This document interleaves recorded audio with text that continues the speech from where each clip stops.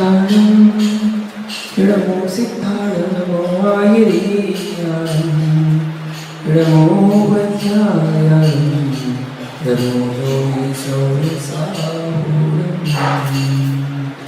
जब गणिताचार्य श्री भगवान की, आचार्य भगवान कुंद कुंद स्वामी की, आचार्य श्री विराट सबरी महाविराज की, आचार्य श्री शुद्ध सबरी विराज की, अहिंसा में विश्व धर्म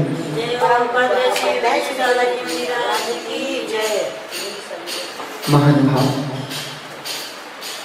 16 करण भावना व्याख्या चल रही है। दर्शन विशुद्धि भावना प्रारंभिक पहली भावना के माध्यम से हम जानते हैं दर्शन विशुद्धि क्या है। कल हमने जाना था कि पर द्रव्यों के राग बस हुआ जीव निज प्रज्ञा को पर में लगाकर स्व आत्मा की वंचना कर स्वयं ही दुखित होकर भाव वृद्धि हो प्राप्त हो रहा है। सम्यक प्रवृत्ति सुकृतोदय पर ही होती है। जैसा तुम्हारा कृत्य होगा उसका जो उदय होगा वैसी तुम्हारी सम्यक प्रवृत्ति होगी। पापोदय के समय भावों में विशुद्धि का आना दुर्लभ है। देहाश्रित धर्म धारण कर लेना इतना श्रम साध्य नहीं है जितना आत्माश्रित धर्म स्वीकारना श्रम साध्य है। भावों को बहिर्भावों से भिन्न करना बार बार प्रबल पुरुषार्थ साध्य समझो। 9 पदार्थों 7 तत्वों 6 द्रव्यों में आस्था का होना सम्यक है व्यवहार से, परंतु भूतार्थ दृष्टि यही जानना कि 7 तत्व 6 द्रव्य 9 पदार्थ जो हैं वे हे गे कथनचित उपाधि हैं। पर भैया परमार्थ भूत परम उपाधि भूत एकमात्र आत्म द्रव्य आत्म तत्व आत्म पदार्थ ही है। निज आत्म द्रव्य से भिन्न जो जीवादि अन्य द्रव्य हैं उनमें और स्वात्म द्रव्य में अत्यंत अभाव है। किसी भी काल में स्व चतुष्टय से पृथक पदार्थ आत्मभूत नहीं होते। यह तो अज्ञ जीव की अज्ञता है जो कि राग के वशवर्ती होकर निज द्रव्य से भिन्न द्रव्यों को अपना मानता है। क्या कहता है? राग की तीव्रता और पुण्य की क्षीणता को जिसके कारण जीव निज स्वभाव को समझ ही नहीं पा रहा है। निसंगता निसंगता दोनों की प्राप्ति पुरुषार्थ साध्य है। बिना अंतरंग विशुद्धि के निसंगता और निसंगता आ ही नहीं सकती है। परिग्रह की सत्ता में दोनों गुणों का आत्मा में अभाव है। दर्शन विशुद्धि के लिए जो विशुद्धि चाहिए उस पर साधक एवं श्रावक का ध्यान जाना अनिवार्य है। जीवनचर्या को चरणानी योग से विशुद्ध बना लेने के बाद भी आत्मा का अंतरंग पुरुषार्थ और अवशेष है जो कि सम्यक्त को प्रकट कराता है, उसे प्रारंभ करना चाहिए। सर्वप्रथम शांत चित्त होकर बैठना और अंतरंग बहिरंग परिग्रहों पर चित्त ले जाना चाहिए। दोनों प्रकार के परिग्रह आत्मा का सत्यार्थ स्वभाव नहीं है, इस बात को जो निज में निर्णय करना चाहिए। दोनों प्रकार के परिग्रह आत्मा का सत्यार्थ स्वभाव नहीं है। जो जो परिग्रह कसाय रूप का पदार्थ रूप दिख रहा है उसका मेरे आत्म द्रव्य से क्या संबंध है? किंचित मात्र भी क्या मेरा ध्रुव धाम चैतन्य प्रभु से संबंध है कि भिन्न ही है? परिग्रह आत्म सिद्धि में साधन है या आकुलता को उत्पन्न कराने वाला है? दृश्य अदृश्य शत्रुओं का ही उत्पादक है। विहीन करने वाला परिग्रह तो नहीं है। परिग्रह तो संकलिष्टता का जनक है। चाहे संकलिष्टता हर्ष रूप हो और चाहे विषाद रूप हो। विशुद्धि का साधन तो अपरिग्रह भाव है। शुचिता पर द्रव्यों के संग्रह में नहीं, शुचिता तो स्व स्वभाव की लीनता में है। स्वभाव लीनता का उपाय यदि कोई है तो वह पर पदार्थों के ग्रहण, विसर्जन, रक्षण के विकल्प का भी अभाव करना। पर पदार्थों के ग्रहण, विसर्जन, रक्षण, किसी प्रकार का कोई विकल्प नहीं, सबका अभाव करना। अन्य के सुख दुख का कर्तापन भी छोड़ना पड़ेगा। अज्ञ जीव चाहे वह गृहलिंगी हो और चाहे पाखंडी लिंगी हो, वह अन्य के राग में अन्य से द्वेष भाव रखता हुआ भाषण करता है, ईर्ष्या की अग्नि में जलता है और निज पुण्य पाप की व्याख्या ही भूल जाता है। त्रैकालिक सिद्धांत पर ध्यान ही नहीं देता कि एक पुरुष का शुभाशुभ पुरुषार्थ दूसरे पुरुष को फलित नहीं होता। व्यर्थ में क्लेश क्यों करता है? क्या पिता, क्या पुत्र, क्या गुरु, क्या शिष्य, सभी का स्वकृत कर्म ही उदय में आता है। एक दूसरे का कर्म कृत कोई अन्य को नहीं प्राप्त होता। जैसे गुरु के राग में शिष्य अन्य आचार्य मुनियों को भिन्न समझता है, वैसी भिन्नता स्वगुरु के प्रति भी समझना पड़ेगी। निर्वाण काल में एकमात्र स्वात्म द्रव्य ही कार्यकारी है। दीक्षा प्रदाता गुरु हितकारी तो है, उपकार मानना ही चाहिए, पर उनके राग में आकर दूसरे की निंदा करके, जिन लिंग धारण करके भी निम्न गति के भाजन नहीं होना चाहिए। उद्रेक में विवेक को संभाल कर चलना अनिवार्य है। मोह बस दूसरे दोषी लगते हैं और 100 के दोष भी गुणभूत लगते हैं। अपने दोष गुणभूत लगते हैं। लगना श्रेयस्कर नहीं होता भैया, ज्ञानी होना श्रेयस्कर होता है। गाय को बकरी बोलने से, हाथी को स्वान बोलने से ना गाय बकरी हो जाएगी ना हाथी स्वान हो जाएगा। भैया सिंह का बच्चा भी सूरता से युक्त होता है, सिंह सिंह ही रहेगा। किसी के कहने मात्र से सिंह अपनी पर्याय की प्रत्याशक्ति के धर्म को नहीं छोड़ देगा। उसी प्रकार निंदक की निंदा से गुणी पुरुष गुणविहीन नहीं हो जाएगा।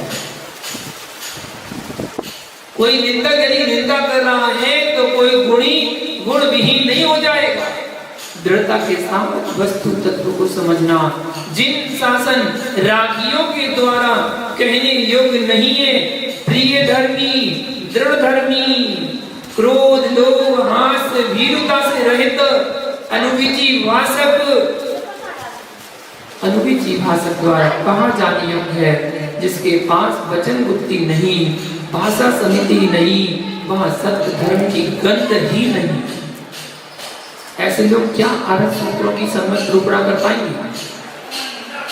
बहुत अच्छा है कि कसाई के पास आचरत्व नहीं होता, अन्यथा वह कुमार्ग को ही सुमार्ग रूप कथन करके नमोस्तु शासन को कलंकित कर देता है। जैसे यंत्र पुरुष से प्रेरित होकर कार्य करते दिखता है, उसी प्रकार क्रोधी, मानी, मायावी, परदोषग्राही कर्म प्रेरित होकर कार्य कर रहा है।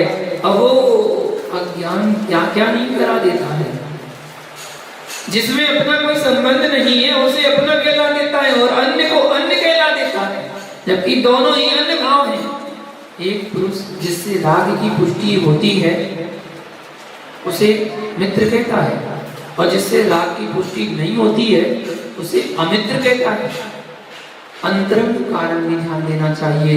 वाह में शत्रु या मित्र की खोज करना आत्मज्ञान शून्यता का बोधक है।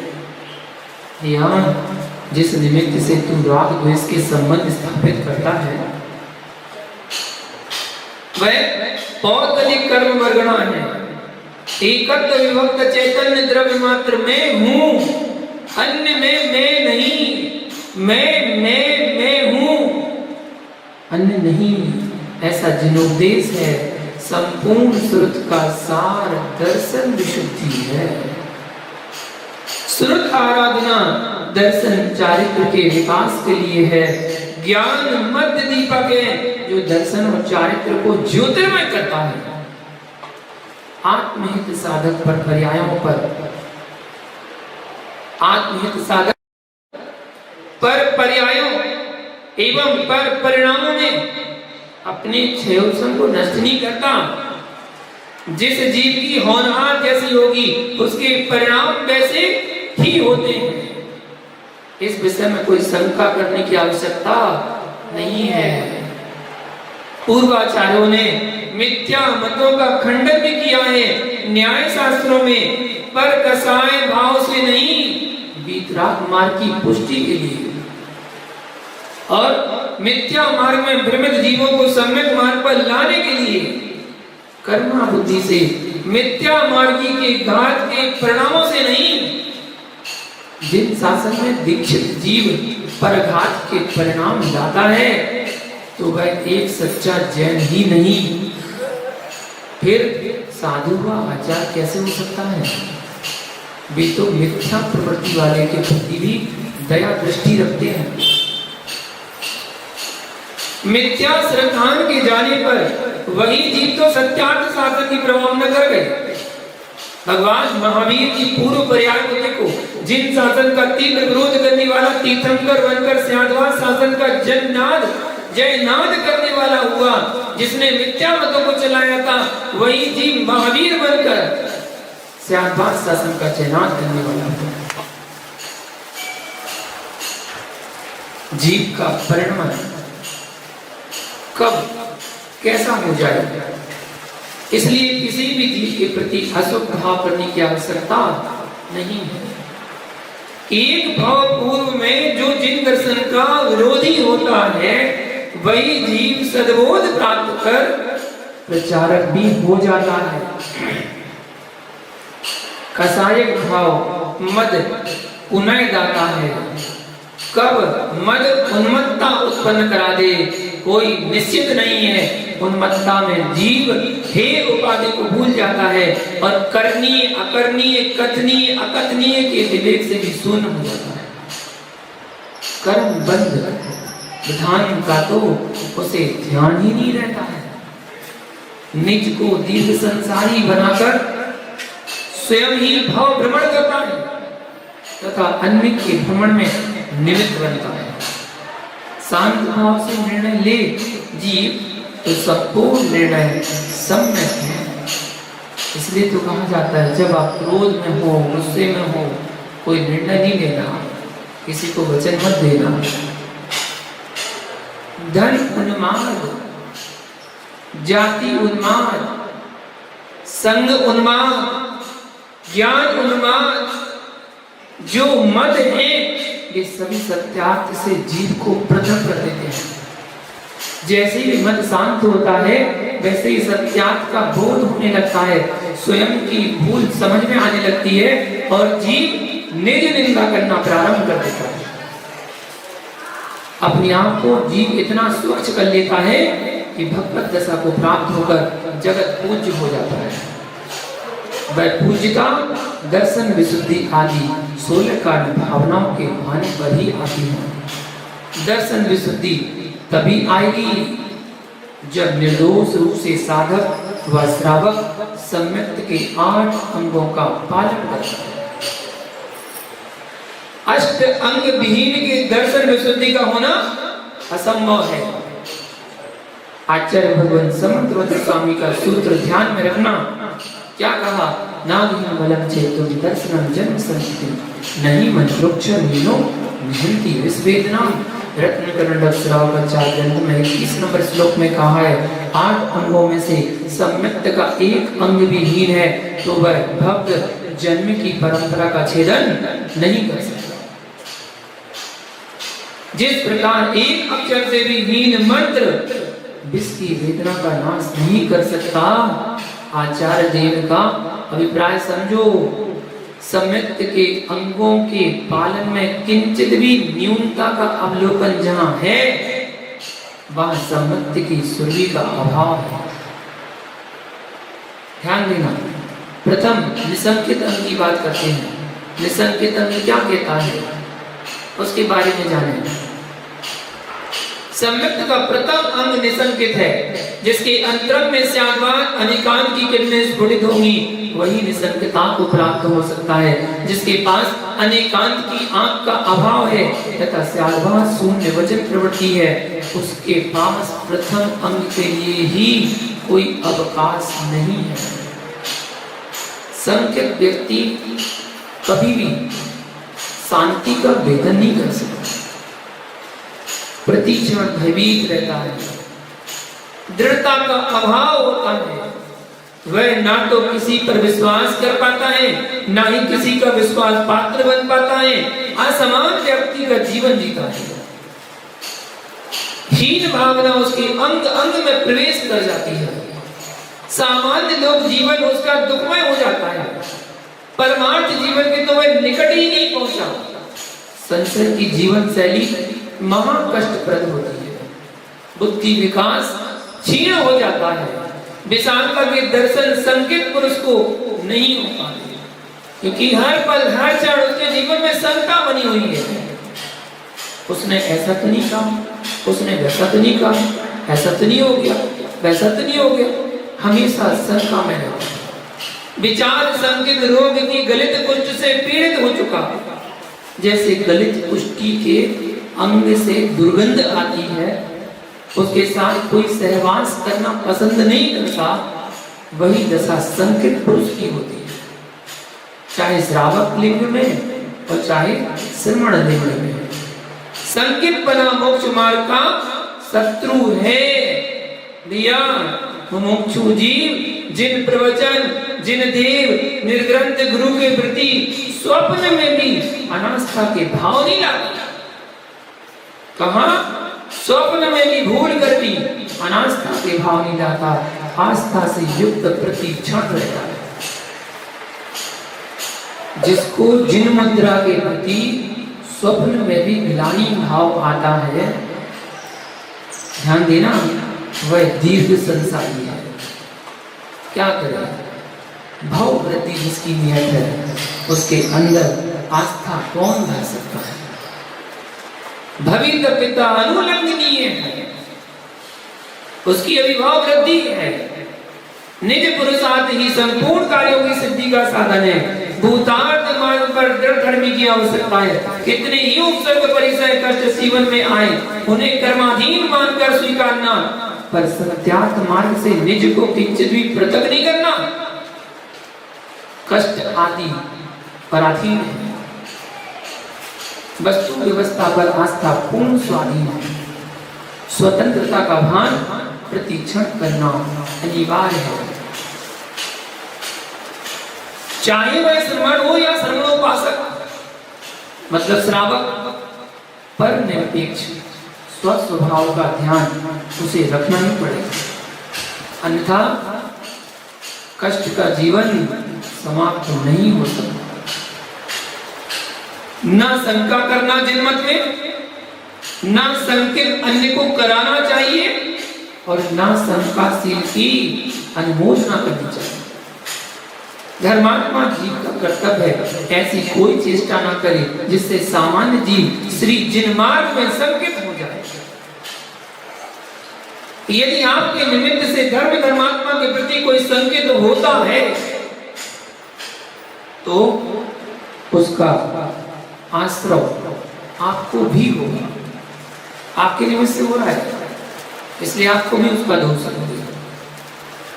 कसाय उद्रेक के उपशमन की साधना ही श्रेष्ठ साधना है। श्रुताभ्यास तत्वोपदेश की शोभा तभी है जब स्वयं परिणामों में पवित्रता हो।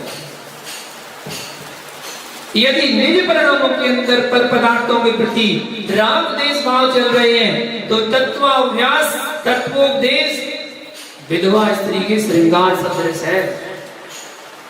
जैसे विधवा स्त्री श्रृंगार कर रही हो, समझना। अनेकांत दृष्टि बनाए बिना निर्दोष सम्यक का पालन संभव नहीं है। स्याद्वाद ज्ञान से तत्व का निर्णय करना सीखना पड़ेगा। जिनेंद्र प्रवचन विशाल है, अल्पति के द्वारा पार नहीं पाया जाता। एक अनियोग अथवा एक नमो शासन स्वीकार किया है कि नहीं, और पूर्ण अभाव बना लेना तो गीता में ही प्रवेश कर गया। सामान्य जीव ज्ञानी है कि नहीं, चतुर्थ गुण स्थानवर्ती छायक समय दृष्टि को वीतराग संज्ञा है या नहीं, जबकि आगम ग्रंथों में उक्त कथन के प्रमाण हैं। नमोस्तु शासन का प्रमाण मूलाचार जी में है। चतुर्थ गुण स्थानवर्ती छायक समय दृष्टि जीव मोहिनी कर्म के साथ कर्म प्रकृतियों का क्षय कर लेता है। दर्शन मोहिनी के क्षय के कारण वीतराग संज्ञा है। आचार्य प्रवर अकलंक स्वामी ने तत्वार्थ राजवार्तिक ग्रंथ में उल्लेख किया है। सामान्य रूप से वीतराग संज्ञा 11वें गुणस्थान से प्रारंभ होती है, 6वें गुणस्थान तक सराग संज्ञा है। चारित्र अपेक्षा चतुर्थ गुणस्थान में जो वीतराग संज्ञा है वह दर्शन मोहिनी की 60 प्रकृतियों के क्षय की अपेक्षा समझना, परंतु उसका अभाव भी नहीं करना। आगम की बात को आगम भाषा में बोलना, अध्यात्म को अध्यात्म की भाषा में बोलना, प्रत्येक वस्तु की सिद्धि नए प्रमाण के द्वारा करना, अन्य प्रकार से नहीं, अन्यथा भी नहीं। सर्वज्ञ वाणी की रक्षा करना प्रत्येक मुमुक्षु का कर्तव्य है, प्रत्येक साधर्मी का कर्तव्य है। त्रैण ग्रंथ में कहा है, जो जीव मति श्रुत ज्ञान के बल से जिनागम में स्वच्छंद होकर प्रवृत्ति करता है वह मिथ्या दृष्टि होता है, श्री जिनेंद्र के सत्य शासन से दूर रहता है। सम्यक बोध ही आत्मशोध का साधन है। सम्यक बोध भी कसाय की मंदता में ही आता है। कसाय की तीव्रता में प्रज्ञा में तत्व ज्ञान प्रवेश ही नहीं करता। उपसम भाव, शांत चित्त, इंद्रिय वशता, करुणा दृष्टि, विनयशीलता तत्व ज्ञान की प्राप्ति में प्रबल हेतु है। ये तत्व ज्ञान कराने वाले, यदि ये गुण नहीं है तो तत्व बोध की प्राप्ति गगन कुसुमवत समझना। जब आकाश में पुष्प का खिलना। आचार्य प्रवर अमृतचंद स्वामी ने पुरुषार्थ सिद्धि उपाय ग्रंथ में निसंकेत अंग की बहुत ही सुंदर परिभाषा दी है। क्या कहा? सकल मने कांतात्म कमिद युक्तम वस्तु जातमखिलज्ञ किमु सत्यम सत्यम वा न जातु संकेति कर्तव्या। सर्वज्ञ देव द्वारा कहा हुआ यह सारा वस्तु समूह अनेक स्वभाव रूप कहा गया है, वह क्या सत्य है या असत्य है ऐसी शंका कदाचित भी नहीं करनी चाहिए। सर्वप्रथम अपना चिंतन विशद बनाना पड़ेगा, दृष्टि को विशालता प्रदान करना पड़ेगी। संकुचित दृष्टि वाले का चिंतन भी संकुचित रहता है, अनेकांत दृष्टि पर उसकी दृष्टि ही नहीं, पुण्यहीन है उस भाग्यहीन का चिंतन भी हीन रहता है। बर्तन की विशालता पर ही तो वस्तु को रखने की विशालता रहेगी। निर्दोष सम्यक, निर्दोष ज्ञान, निर्दोष सम्यक चारित्र, तीनों वही फलित होते हैं जिसका सुकृत विशाल होता है। क्षीण पुण्य पुरुष के रत्नत्रय में निर्दोषता नहीं आती। पुण्य की विशालता के लिए निर्दोष आगम तपोधन की आराधना करना होगी। बिना पंच परम गुरु की भक्ति के व्यवहार सम्यक की पहचान नहीं है, निश्चय तो दुर्लभ है। यानी जीवों को चाहिए कि सत्य असत्य का निर्णय करने के पूर्व वस्तु के अनेक धर्मों को समझने का पुरुषार्थ करें, व्यर्थ में सत्यार्थ में असत्यार्थ की कल्पना करके सत्यार्थ मार्ग से पतित ना हो जाए, ऐसा जिनेंद्र देव का ध्रुव उपदेश है। उसे स्वीकार करके निज निसंकित तत्वों की रक्षा करें और हम देव के सूक्ष्म तत्वों देश में शंका ना करें। इस प्रकार निसंकित अंग के बारे में हमने जाना। कल निकांक्षित अंग के बारे में जानेंगे। आज से इतना ही। जय बोलो महादेव भगवान की।